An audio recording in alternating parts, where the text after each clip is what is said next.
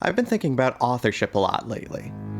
Last week I released a video documenting my search for the author of a background track from one of the old GameMaker tutorials, and it quickly turned into my most popular video, garnering nearly 20 times the views of my next most watched. I've gotten a bunch of great comments on the video since it went up, most of it praise. Some people have offered good information on how to identify MIDIs in the future. Some people have found more information on Zhong Truong's early GameMaker career, including that he was the first ever GameMaker forum administrator after Mark Overmars himself.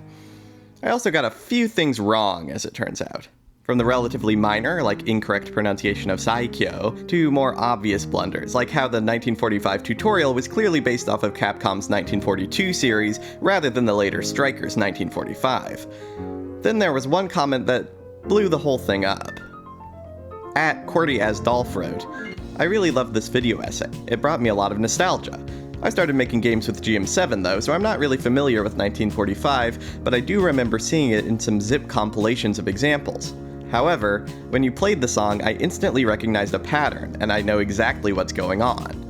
As much as I'd like to tell you that Zhong Truong is some forgotten composer that came up with the little melodies by himself, I can 100% confirm that he used a program called Melody Razor 1999, which generates random compositions and has very little space to make real custom tunes."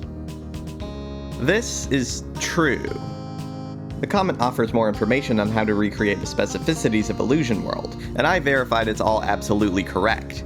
Not only Allusion World either. Upon further examination, it's clear that all 10 tracks I reviewed in the 1945 video were created using this method, with just a few changes on some drop-down menus.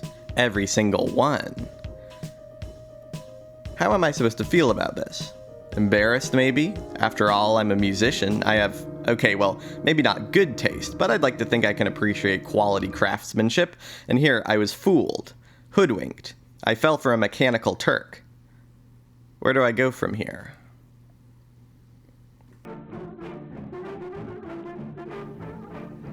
I don't like generative AI. Its issues are as numerous as they are well documented, from its foundation in creative theft to its eye-popping levels of power consumption, to the fact that the most annoying guy you know from college loves it. AI music in particular has been a hotly debated topic in music circles for the last year or so. Whether we want it or not, AI music is being forced upon us. Recently, Spotify users from all genres have discovered massive, algorithmically pushed playlists consisting entirely of fake artists with AI album covers, and yes, AI-generated music. I don't think anybody has confirmed it yet, but it's presumed that these playlists are built by Spotify itself to somehow turn a profit from their unsustainable business model to basically feed listeners AI slop that they own rather than the music of already horrifically underpaid human artists. Melody Razor is not that. It was developed in 1999 by Yoji Ojima for the RPG Maker community. This is an extra sting of betrayal. The Game Maker and RPG Maker communities have been engaged in a long Cold War, or at least that was always my impression. Anyway, it doesn't devour millions of songs and spit out a soundbite. Instead, it uses math and basic music theory to piece together songs. I think the way it generates music does somewhat emulate the way that amateur composers often use MIDI trackers, plopping in long runs of equally spaced notes, making meandering melodic phrases over simple progressions. It's a fun tool. I think the biggest thing I've been thinking about, though, is what is my most popular video worth now? The central message of gratitude towards freeware resource creators still holds true, obviously, but I built that thesis around the cornerstone of Zhong Truong, the erased composer, the unsung genius whose work went on to affect thousands of lives, and now it turns out it's all based on a lie. Right?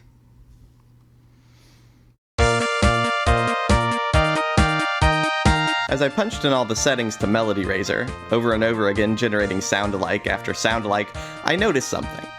These songs were kinda bad. Like, maybe it's just my nostalgia talking.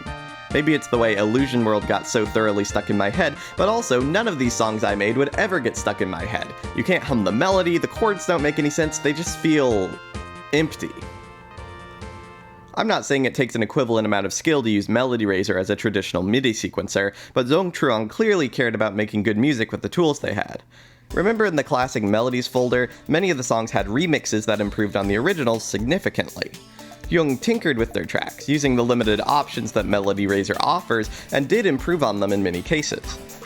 I think the end products show a great deal of creative intelligence, even if limited tools were used to express that.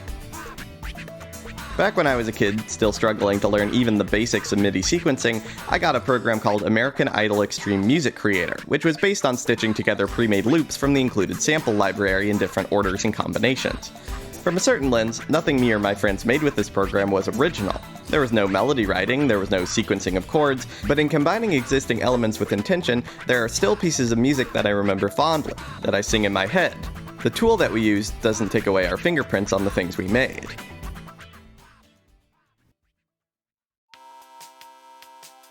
The thing that makes generative AI fail the most as a tool, at least as most of the public can access it currently, is that it's not built for tweaking. It is incurious. Data sludge is fed into a black box, and you get what you get on the other end. You can't keep a melody and regenerate the chords under it, you can't do the same thing but have the final bar be a different variation, you have to roll the dice again entirely to try and get what you want. This is entirely antithetical to creation, to me. Creation is iteration. Variations on a theme, like Spirit Within to Allusion World, like Striker's 1945 to 1942, like all of you in the comments who made your own variations on the 1945 tutorial. I think this may be the thing that finally changed my thinking most of all.